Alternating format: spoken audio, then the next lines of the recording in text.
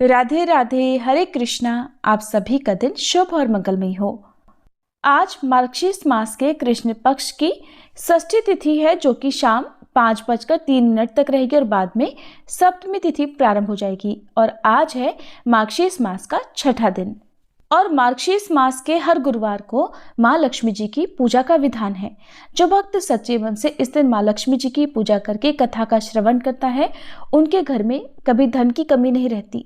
तो प्रिय श्रोताओं, आज का महात्म्य प्रारंभ करने से पहले आपको सुनाते हैं मार्गशीर्ष मास गुरुवार की माँ लक्ष्मी जी की कथा। पौराणिक कथा के अनुसार सौराष्ट्र में उस समय भद्रश्रवा नाम के एक राजा थे।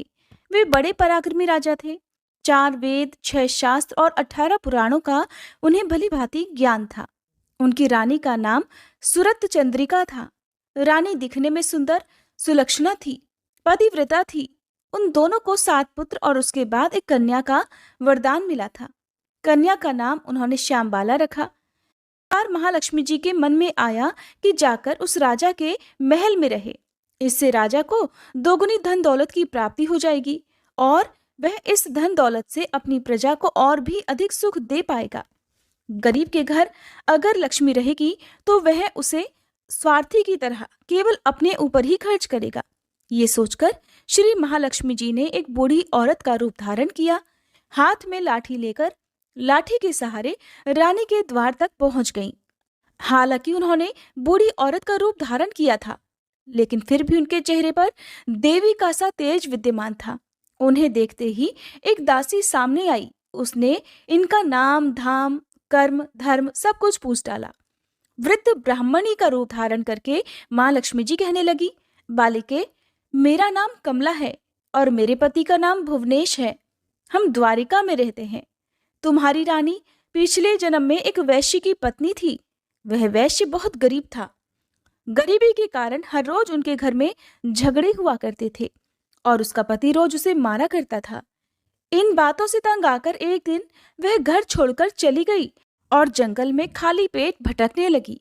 उसकी इस दुर्दशा पर मुझे बहुत दया आई। तब मैंने उसे सुख संपत्ति देने वाले श्री महालक्ष्मी व्रत की कथा सुनाई। मेरे कहने पर उसने श्री महालक्ष्मी का व्रत किया। श्री महालक्ष्मी प्रसन्न हुई और उसकी गरीबी दूर हो गई। उसका घर संसार, दौलत, संतति और संपत्ति से भर गया। बाद में पति पत्नी दोनों परलोक सिधारे। लक्ष्मी व्रत करने के कारण वे लक्ष्मी लोक में रहे। उन्होंने जितने साल महालक्ष्मी का व्रत किया, उतने हजारों साल उन्हें सुख भोग मिला। इस जन्म में उसका जन्म अब राजघराने में हुआ है, परंतु वह श्री महालक्ष्मी का व्रत करना भूल गई है। उसे यह याद दिलाने ही मैं यहाँ आई हूँ। बुढ़िया की बातें सुनकर दासी ने उन्हें प्रणाम किया। फिर श्री महालक्ष्मी का व्रत किस तरह किया जाए, इस बारे में उस बूढ़ी ब्राह्मणी से पूछा। तब बुढ़िया का रूप धारण किए हुए श्री महालक्ष्मी माँ ने दासी को पूजा की संपूर्ण विधि और महिमा बताई। इसके बाद दासी ने माता को प्रणाम किया और वह रानी को बताने महल के अंदर चली गई। उधर राज वैभव में रहते हुए रानी को अपने ऐश्वर्य का बहुत घमंड हुआ था। संपत्ति और अधिकार के कारण वह उन्मत्त हो गई थी। दासी द्वारा बताई गई बुढ़िया की बातें सुनकर वह रानी आग बबूला होकर राजद्वार पर आकर बुढ़िया रूपी श्री महालक्ष्मी पर ही बरस पड़ी। उसे यह नहीं पता था कि साक्षात श्री महालक्ष्मी माँ बुढ़िया का रूप धारण करके उसके द्वार तक आई हैं। परंतु रानी का इस प्रकार रूखा बर्ताव और अपना अनादर देखकर माता ने वहां ठहरना ठीक नहीं समझा और वे वहां से तुरंत चल पड़ी। रास्ते में उन्हें रानी की पुत्री राजकुमारी श्यामबाला मिली। उन्होंने श्यामबाला को सारी बात बताई। श्यामबाला ने सुना तो अपनी ओर से श्री महालक्ष्मी जी से अपनी माता के लिए क्षमा मांगी। माता लक्ष्मी को राजकुमारी पर दया आ गई। उन्होंने श्यामबाला को फिर श्री महालक्ष्मी व्रत के बारे में बताया।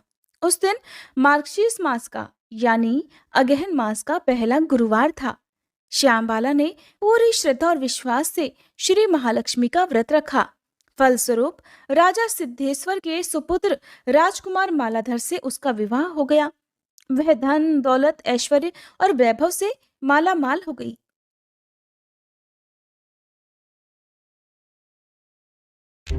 আৰু কোৱাচোন কি খবৰ? হাই, পঢ়া শেষ হ'ল। হয় দে ৰিজাল্টটো ভাল হৈছে হয় দে তই কিয় ইমান দুখত আছ এতিয়া ভৱিষ্যতৰ প্লেন কি নাজানো এতিয়া মাত্ৰ ভাল কোম্পানী এটাত সুযোগ পালেই হ'ল আৰু पति के साथ ससुराल में बड़े आनंद से दिन बिताने लगी। इधर श्री महालक्ष्मी जी का रानी पर प्रकोप हुआ, जिसके कारण राजा भद्रश्रवा का संपूर्ण राज्य और राज कारोबार नष्ट हो गया। यहाँ तक कि खाने के लाले पड़ गए। ऐसी हालत में एक दिन रानी ने राजा से निवेदन किया कि हे राजन, हमारा दामाद तो इतना बड़ा राजा है, धनवान है, ऐश्वर्यशाली है, क्यों ना उसके पास जाया जाए, उसे अपना हाल बताएं, वह जरूर हमारी मदद करेगा। रानी की बात सुनकर राजा भद्रश्रवा अपने दामाद के पास जाने के लिए तैयार हुए। राज्य में पहुंचकर एक तालाब के किनारे थोड़ी देर विश्राम करने के लिए ठहरे। तालाब में पानी लेने आते जाते दासियों ने उन्हें देखा। उन्होंने विनम्रता से उनके बारे में पूछा। जब उन्हें ये पता चला कि वे रानी श्यामबाला के पिता हैं, तो दौड़ते हुए जाकर उन्होंने अपनी रानी को सारी बात बताई। रानी ने दासी के हाथ राज परिधान भेजकर बड़े ठाट से अपने पिता का स्वागत और सत्कार करवाया, खान पान करवाया। जब वे लौटने लगे तो सोने की मोहरों से भरा हुआ घड़ा दिया। राजा भद्रश्रवा जब वापस अपने महल में लौटे तो उन्हें देखकर रानी सूरत चंद्रिका बड़ी प्रसन्न हुई। जैसे ही उन्होंने सोने की मोहरों से भरे हुए घड़े का मुंह खोला, पर हाय भगवान, घड़े में तो धन के बदले कोयले भरे हुए थे, और यह सब श्री महालक्ष्मी जी के प्रकोप से हुआ था। इसी प्रकार दुर्दशा में उनके कई और दिन बीत गए। इस बार रानी खुद अपनी कन्या के पास गई। वह दिन अगहन मास का अंतिम गुरुवार था। श्यामबाला ने श्री महालक्ष्मी जी का व्रत किया, पूजा की और अपनी माता से भी व्रत करवाया। इसके बाद रानी अपने घर आ गई। श्री महालक्ष्मी जी का व्रत रखने पर उसे फिर से अपने राजपाट, धन दौलत और ऐश्वर्य की प्राप्ति हो गई। वह फिर से सुख, शांति और आनंदमय जीवन बिताने लगी। कुछ दिनों के बाद राजकन्या श्यामबाला अपने पिता के घर आई। उसे अपने घर आई देखकर सूरत चंद्रिका को पुरानी पिछली बातें याद आ गई। वह सोचने लगी कि जब उनकी दुर्दशा हुई थी तो कैसे उनकी पुत्री ने अपने पिता को घड़ा भरकर कोयला दिया था और कोई मदद ही नहीं की थी। तब जैसे ही श्यामबाला अपने पिता के घर में आई, उसका कुछ भी आदर सत्कार नहीं किया गया, बल्कि उसका अपमान किया गया, और उसने इस बात का बुरा भी नहीं माना। लेकिन अपने घर लौटते समय उसने पिता के घर से थोड़ा सा नमक ले लिया। अपने घर लौटने पर उसके पति ने पूछा कि अपने मायके से क्या लाई हो। इस पर उसने जवाब दिया कि वहां का सार लाई हूँ। पति ने पूछा, भला इसका क्या मतलब हुआ? श्यामबाला ने कहा, थोड़ा धीरज रखिए, सब पता चल जाएगा। फिर उस दिन श्यामबाला ने कई तरह के भोजन बनवाए और उसमें नमक नहीं डाला। बिना नमक का भोजन उसने अपने पति के सामने परोसा। जब पति ने भोजन किया तो सारा भोजन बिना नमक का था, इसलिए उसे बिल्कुल भी स्वाद नहीं आया। फिर श्यामबाला ने थाली में अपने पिता के यहाँ से लाया हुआ नमक डाला, जिससे भोजन में स्वाद आने लगा। तब श्यामबाला ने अपने पति से कहा, यही है वह मायके से लाया हुआ सार। पति को उसकी बात सही लगी। फिर वे दोनों हंसी मजाक करते हुए भोजन करने लगे। कहते हैं कि इसी तरह जो कोई भी श्रद्धा भाव से श्री महालक्ष्मी जी की पूजा करे, उसे माँ लक्ष्मी जी की कृपा अवश्य ही प्राप्त होती है। सुख, संपत्ति और शांति की प्राप्त होती है। सभी मनोकामनाएं पूर्ण हो जाती हैं। परंतु ये सब कुछ प्राप्त होने पर भी माँ लक्ष्मी जी की पूजा को भूलना नहीं चाहिए और हर गुरुवार को व्रत का पाठ अवश्य ही करना चाहिए। इस तरह श्री महालक्ष्मी जी की महिमा भक्तों की मनोकामनाएं अवश्य ही पूर्ण करती हैं। अब सुनिए अगहन मास की माँ लक्ष्मी जी की दूसरी पौराणिक कथा। एक गांव में एक बार एक गरीब ब्राह्मण रहा करता था। वह नियमित रूप से जगत के पालनहार विष्णु भगवान की आराधना किया करता था। उसकी पूजा भक्ति से प्रसन्न होकर उसे एक दिन भगवान विष्णु ने दर्शन दिए और उस ब्राह्मण से वर मांगने के लिए कहा। तब ब्राह्मण ने लक्ष्मी जी का निवास अपने ही घर में होने की इच्छा प्रकट की। तब श्री विष्णु ने लक्ष्मी जी की प्राप्ति का मार्ग उसे बताया। उन्होंने बताया कि मंदिर के सामने एक स्त्री आती है जो यहाँ आकर उपले थापती है। तुम उसे अपने घर आने का निमंत्रण दे देना, वही देवी लक्ष्मी है। साथ ही विष्णु भगवान ने ब्राह्मण से कहा कि जब धन की देवी लक्ष्मी तुम्हारे घर पधारेंगी, तब तुम्हारा घर धन और धान्य से भर जाएगा।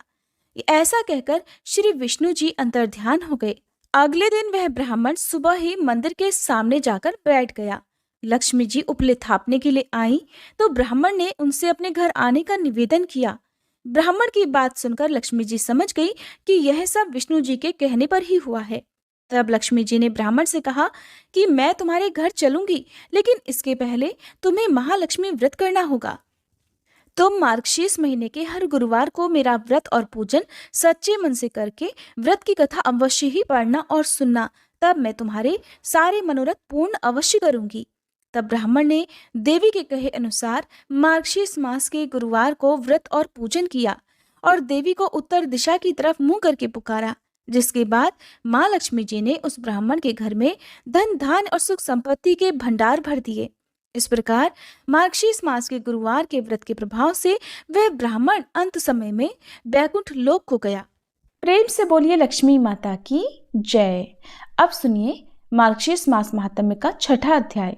इससे पहले के अध्याय में आपने सुना था श्री राधा रानी के स्तोत्र और नाम कवच आदि के बारे में। आज आप सुनेंगे माँ दुर्गा जी के 16 नामों के बारे में, साथ ही दुर्गा जी की उत्पत्ति कैसे हुई और बहुत सारी कथाएं भी आज आप सुनेंगे। देवर्षि नारद ने मुनिवर श्री नारायण से कहा कि हे ब्राह्मण, मैंने अत्यंत अद्भुत संपूर्ण उपाख्यानों को सुन लिया, अब दुर्गा जी के उत्तम उपाख्यान को भी सुनना चाहता हूँ। वेद की कौथुमी शाखा में जो दुर्गा, नारायणी, ईशाना, विष्णु माया, शिवा, सती, नित्या, सत्या, भगवती, सर्वाणी, सर्वमंगला, अंबिका, वैष्णवी, गौरी, पार्वती और सनातनी, ये 16 नाम बताए गए हैं, वे सबके लिए कल्याणदायक हैं। वेद वेताओं में श्रेष्ठ नारायण इन 16 नामों का जो उत्तम अर्थ है वो सबको अभीष्ट है। उसमें सर्वसम्मत वेदोक्त अर्थ को आप बतलाइए। पहले किसने दुर्गा जी की पूजा की है, फिर दूसरी, तीसरी और चौथी बार किन किन लोगों ने उनका सभी जगह पूजन किया है। तब श्री नारायण जी कहने लगे, हे देवर्षि, भगवान विष्णु ने वेद में इन 16 नामों का अर्थ किया है। महामुने, अब देवी का वेदोक्त उपाख्यान भी सुनो।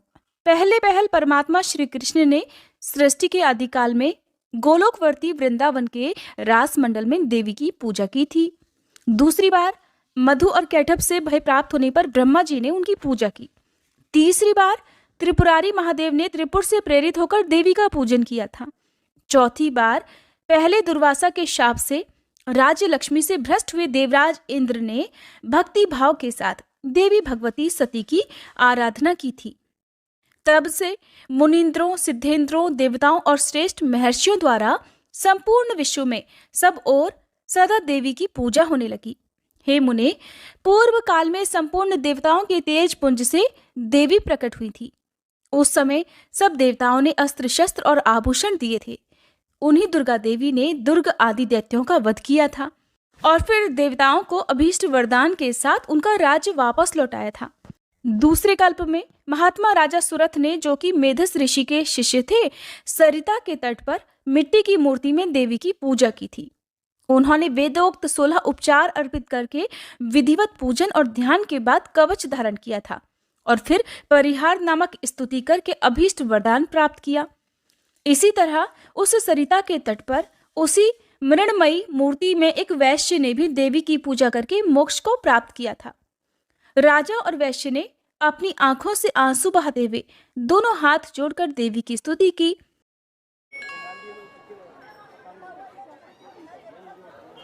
वो चीना बादाम उनकी उस मृणमयी प्रतिमा का नदी के निर्मल गंभीर जल में विसर्जन कर दिया। वैसी मृणमयी प्रतिमा को जलमग्न हुई देखकर राजा और वैश्य दोनों रो पड़े। फिर वहां से वो कहीं और चले गए। वैश्य ने देह त्याग करके जन्मांतर में पुष्कर तीर्थ में दुष्कर तपस्या की और दुर्गा देवी के वरदान से वे गोलोक धाम में चले गए। राजा अपने निष्कंटक राज्य को लौट गए और वहां सभी के आदरणीय होकर बलपूर्वक शासन करने लगे। उन्होंने 60,000 वर्षों तक राज्य का भोग किया।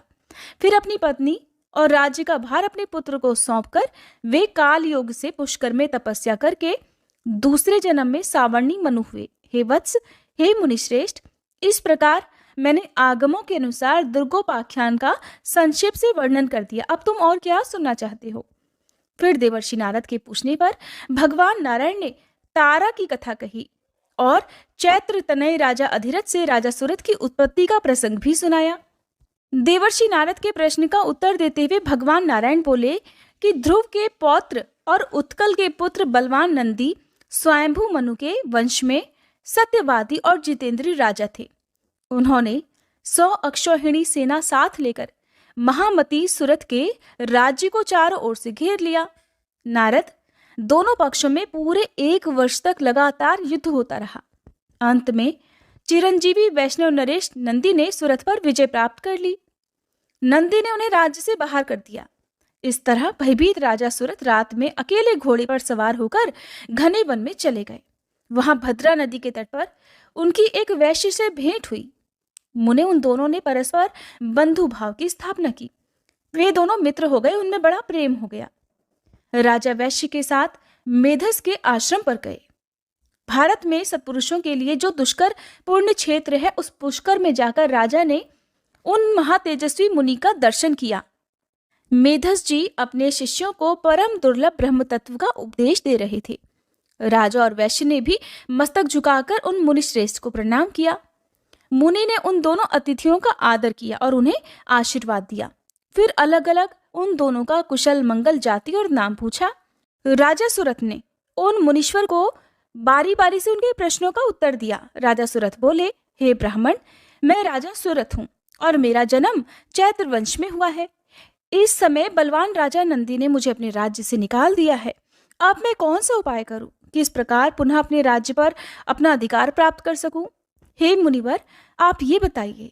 हे महाभाग, हे मुने, मैं तो आपकी ही शरण में आया हूँ। ये समाधि नामक वैश्य है और ये बड़ा धर्मात्मा है। फिर भी दैववश इसके स्त्री पुत्रों ने धन के लालच से इसको घर से बाहर निकाल दिया है। इसका अपराध तो बस इतना ही है कि यह स्त्री पुत्रों और बंधु बांधवों के मना करने पर भी प्रतिदिन ब्राह्मणों को प्रचुर धन और रत्न दान में दिया करता था। इसी से क्रोध में आकर उन लोगों ने इसे घर से निकाल दिया। फिर जब उन लोगों को दुख हुआ तो वो इसे ढूंढते हुए यहाँ आए हैं, परंतु ये पवित्र, ज्ञानी और विरक्त वैश्य अब उनके आग्रह करने पर भी घर को नहीं लौटना चाहता। तब इसके पुत्र भी पितृ शोक से संतप्त होकर सभी कर्मों से विरक्त हो गए और सारा धन ब्राह्मणों को देकर घर छोड़कर वन को चले गए। श्री हरि का परम दुर्लभ दास से प्राप्त हो, यही इस वैश्य का अब अभीष्ट मनोरथ हो गया है। इस निष्काम वैश्य को ये अभीष्ट वस्तु कैसे प्राप्त होगी? हे मुनिवर, आप कृपया विस्तार पूर्वक बताने की कृपा करें। तब श्री मेधस ने कहा, राजन, निर्गुण परमात्मा श्री कृष्ण की आज्ञा से दुर्लंघित त्रिगुणमयी विष्णु माया सभी विश्व को अपनी माया से ढक देती है। वह कृपामयी देवी जिन धर्मात्मा पुरुषों पर कृपा करती है, उन्हें दया करके परम दुर्लभ श्री कृष्ण भक्ति प्रदान करती है। राजन, परंतु जिन मायावी पुरुषों पर विष्णु माया दया नहीं करती, उन दुर्गतिग्रस्त जीवों को माया द्वारा ही मोहजाल से बांध देती है। राजन, मैं प्रचेता का पुत्र और ब्रह्मा जी का पौत्र हूँ और भगवान शंकर से ज्ञान प्राप्त करके परमात्मा श्री कृष्ण का भजन करता हूँ। महाराज, नदी के तट पर जाओ और सनातनी दुर्गा का भजन करो। तुम्हारे मन में राज्य की कामना है, इसलिए वे देवी तुम्हें आवरणी बुद्धि प्रदान करेंगी और इस निष्काम वैष्णव वैश्य को वे कृपामयी वैष्णवी देवी शुद्ध विवेचना बुद्धि देंगी। ऐसा कहकर कृपा निधान मुनिवर मेधस ने उन दोनों को दुर्गा जी की पूजन विधि, स्तोत्र, कवच और मंत्र का उपदेश दिया। वैश्य ने उन कृपामयी देवी की आराधना करके मोक्ष प्राप्त कर लिया और राजा को फिर अपना अभीष्ट राज्य, मनु का पद और मनोवांछित परम ऐश्वर्य प्राप्त हो गया। इस प्रकार मैंने सुखद, सारभूत और मोक्षदायक परम उत्तम दुर्गा जी का उपाख्यान पूर्ण रूप से सुना दिया। हे देवर्षि, अब तुम और क्या सुनना चाहते हो? देवर्षि नारद ने पूछा, भगवान, जो सर्वोत्कृष्ट मूढ़ों के लिए ज्ञान की वृद्धि कराने वाला तथा अमृत का उत्तम सागर है, उसे तो मैंने सुन लिया। अब मैं गणेश खंड को, जो मनुष्यों के संपूर्ण मंगलों का भी मंगल स्वरूप और गणेश जी के जन्म वृतांत से भी परिपूर्ण है, उसे सुनना चाहता हूँ। जगदीश्वर, भला पार्वती जी के शुभ उदर से सूर्यश्रेष्ठ गणेश जी की उत्पत्ति कैसे हुई? किस प्रकार पार्वती देवी ने ऐसे पुत्र को प्राप्त किया? गणेश जी किस देवता के अंश से उत्पन्न हुए थे? उन्हें जन्म क्यों लेना पड़ा?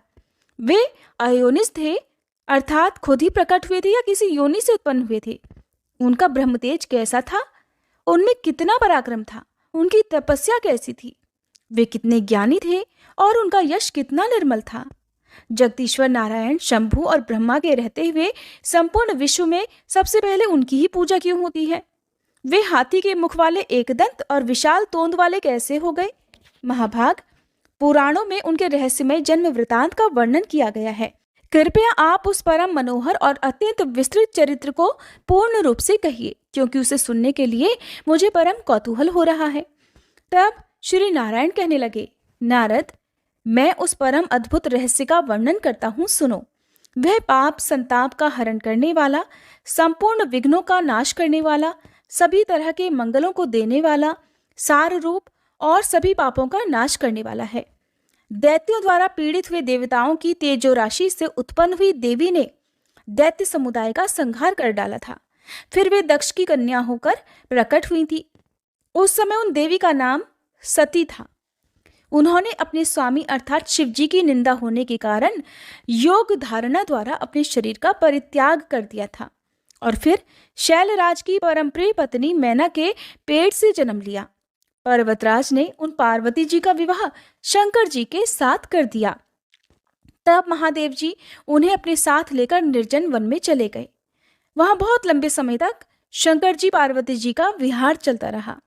जब देवताओं ने आकर विहार से विरत होने के लिए उनसे प्रार्थना की, तब भगवान शंकर विरत हो गए। उस समय महादेव जी का शुक्र भूमि पर गिर पड़ा, जिससे स्कंद कार्तिकेय उत्पन्न हुए। तब पार्वती जी ने शंकर जी से एक श्रेष्ठ पुत्र के लिए प्रार्थना की। तब महादेव जी ने कहा, हे पार्वती, मैं उपाय बताता हूँ, सुनो। उस उपाय से तुम्हारा परम कल्याण होगा, क्योंकि त्रिलोकी में उपाय करने से ही कार्य की सिद्धि होती है। मैं तुमसे जिस उपाय का वर्णन करूंगा वह संपूर्ण अभीष्ट सिद्धि का बीज रूप, परम मंगलदायक और मन को हर्ष प्रदान करने वाला है। देवी, तुम श्रीहरि की आराधना करके व्रत आरंभ करो। 1 वर्ष तक तुम्हें इस व्रत का पालन करना होगा। इस व्रत का नाम पुण्यक है। यह महाकठोर बीज कल्पतरु के समान अभीष्ट सिद्ध करने वाला, उत्कृष्ट, सुखदायक, पुण्यदाता, सार रूप और समस्त संपत्तियों को देने वाला है। प्रिय, जैसे नदियों में गंगा, देवताओं में श्रीहरि, वैष्णवों में शिव, देवियों में तुम, वर्णों में ब्राह्मण, तीर्थों में पुष्कर, पुष्पों में पारिजात, पत्रों में तुलसी दल, पुण्य प्रदान करने वालों में एकादशी तिथि, वारों में पुण्यप्रद रविवार, मासों में मार्गशीर्ष, ऋतुओं में वसंत, वत्सरों में संवत्सर, युगों में कृतयुग, पूजनियों में विद्या पढ़ाने वाले गुरु, गुरुजनों में माता, धनों में रत्न, प्रियजनों में पति, बंधुजनों में पुत्र, वृक्षों में कल्पतरु, फलों में आम का फल, वर्षों में भारतवर्ष, वनों में वृंदावन, स्त्रियों में शतरूपा, पुरियों में काशी, तेजस्वियों में सूर्य, सुखदाताओं में चंद्रमा, रूपवानों में कामदेव, शास्त्रों में वेद, सिद्धों में कपिल मुनि, बानरों में हनुमान, क्षेत्रों में ब्राह्मण का मुख, यश प्रदान करने वालों में विद्या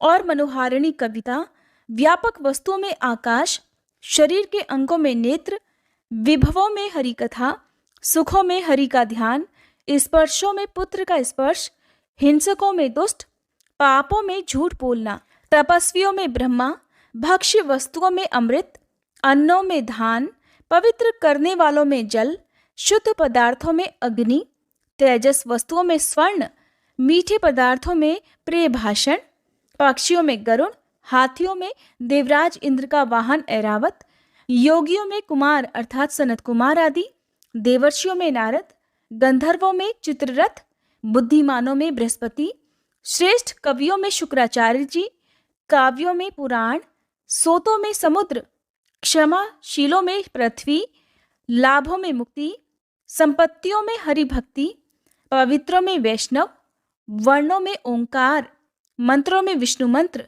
बीजों में प्रकृति, विद्वानों में वाणी, छंदों में गायत्री छंद, यक्षों में कुबेर, सर्पों में वासुकी नाग, पर्वतों में तुम्हारे पिता हिमवान, गौओं में सुरभि, वेदों में सामवेद, तृणों में कुश, सुखप्रदों में लक्ष्मी जी, शीघ्रगामियों में अर्थात सबसे तेज चलने वालों में मन, अक्षरों में आकार, हितैषियों में पिता, यंत्रों में शालिग्राम शिला, पशु अस्थियों में विष्णु पुंजर, चौपायों में सिंह, जीवधारियों में मनुष्य, इंद्रियों में मन, रोगों में मंदाग्नि, अदिति पुत्रों में इंद्र, दैत्यों में बलि, साधुओं में प्रहलाद, दानियों में दधीची, अस्त्रों में ब्रह्मास्त्र, चक्रों में सुदर्शन चक्र, मनुष्यों में राजा रामचंद्र और धनुर्धारियों में लक्ष्मण जी श्रेष्ठ हैं। और जैसे श्री कृष्ण सर्वाधार, समस्त जीवों द्वारा पूजनीय, सबके बीज स्वरूप, सब कुछ देने वाले और सभी वस्तुओं के सार रूप हैं, उसी प्रकार यह पुण्यक व्रत संपूर्ण व्रतों में श्रेष्ठ है। इसलिए हे महाभागे, तुम इस व्रत का अनुष्ठान करो। ये तीनों लोकों में अत्यंत दुर्लभ है। इस व्रत के पालन से ही तुम्हें संपूर्ण वस्तुओं का सार रूप पुत्र प्राप्त होगा। इस व्रत के द्वारा संपूर्ण प्राणियों के मनोरथ सिद्ध करने वाले श्री कृष्ण की आराधना की जाती है, जिनके सेवन से, जिनके दर्शन से मनुष्य अपने करोड़ों पितरों के साथ मुक्त हो जाता है। जो मनुष्य विष्णु मंत्र ग्रहण करके श्री हरि की सेवा करता है, वह भारतवर्ष में अपने जन्म धारण को सफल कर देता है। वह अपने पूर्वजों का उद्धार करके निश्चय ही बैकुंठ लोक में जाता है और श्री कृष्ण का पार्षद होकर सुखपूर्वक आनंद का उपभोग करता है। वह भक्त अपने भाई, बंधु बांधव, भृत्य, संगी, साथी और अपनी पत्नी का उद्धार करके श्री हरि के परम पद को प्राप्त हो जाता है। इसलिए हे गिरिजे, तुम भी इस परम दुर्लभ विष्णु मंत्र को ग्रहण करो और उस व्रत काल में इसी मंत्र का जप करो, क्योंकि यह पितरों की मुक्ति का कारण है। ऐसा कहकर भगवान शंकर गिरिजा जी के साथ तुरंत ही गंगा तट पर गए और उन्होंने प्रसन्नता पूर्वक कवच और स्तोत्र सहित मनोहर विष्णु मंत्र पार्वती जी को सुनाया। फिर उन्होंने पार्वती जी से पूजा की विधि और नियमों का भी वर्णन किया। हरे कृष्णा। आज के अध्याय में बस इतना ही। इसके आगे की कथा आप सभी आने वाले अध्याय में सुनिएगा। अब सुनिए श्री कृष्ण चालीसा पाठ।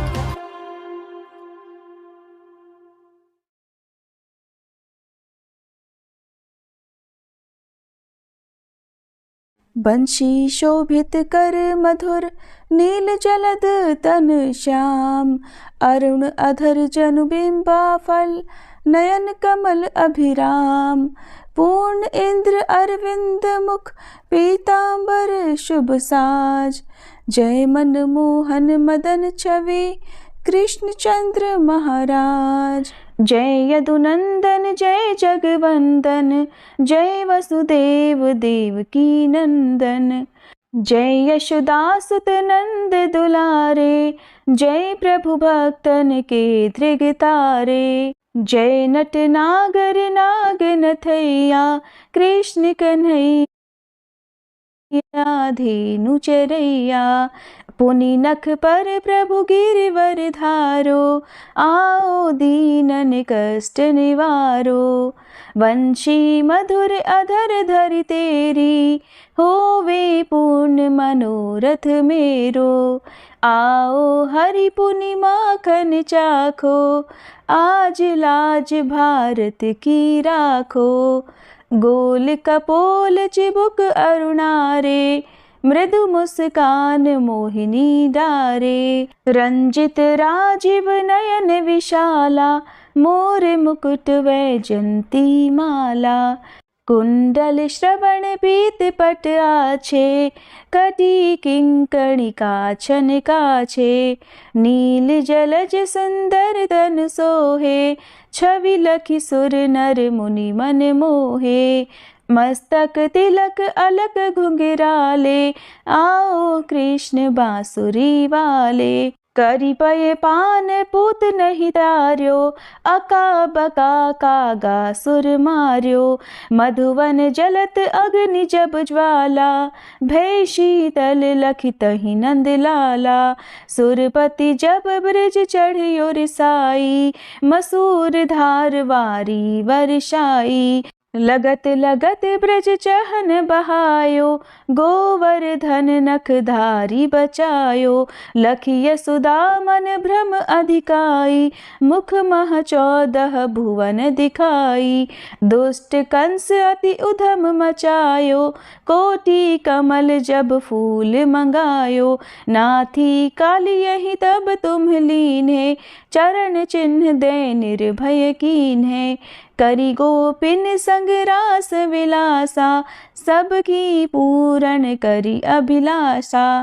केतिक मह असुर संग हार्यो, कंस ही केस पकड़ दे मार्यो। मात पिता की बंदी छुड़ाई, उग्रसेन कह राज दिलाई।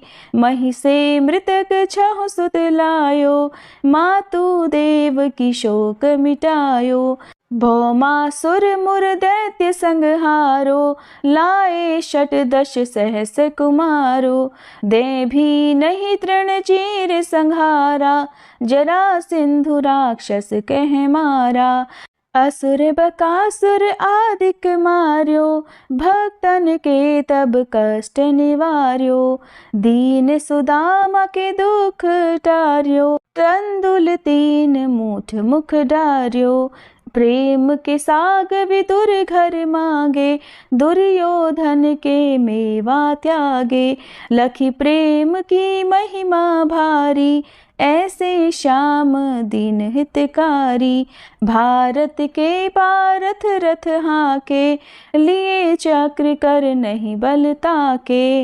निज गीता के ज्ञान सुनाए, भक्तन हृदय सुधा वर्षाए। मीरा थी ऐसी मत वाली, विष पी गई बजा कर ताली। राना भेजा सांप पिटारी, शालिग्राम बने बनवारी। निज माया तुम विध ही दिखायो, उरते संशय सकल मिटायो। तब शत निंदा करि तत्काला, जीवन मुक्त भयो शिशुपाला। जब ही द्रौपदी टेर लगाई, दीनानाथ लाज अब जाई। तुरत ही वसन बने नंदलाला, बढ़े चीर भय अरि मुँह काला। असनाथ के नाथ कन्हैया, डूबत भंवर बचावत नैया। सुंदर दास आस उरधारी, दया दृष्टि की जय बनवारी। नाथ सकल मम कुमति निवारो, क्षमहु बेगी अपराध हमारो।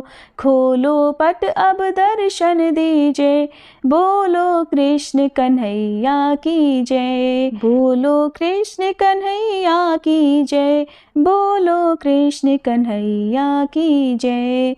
ये चालीसा कृष्ण का पाठ करे उरधारी, अष्ट सिद्धि नवनिधि फल लहे पदार्थ चारी। बोलो श्री कृष्ण भगवान की जय।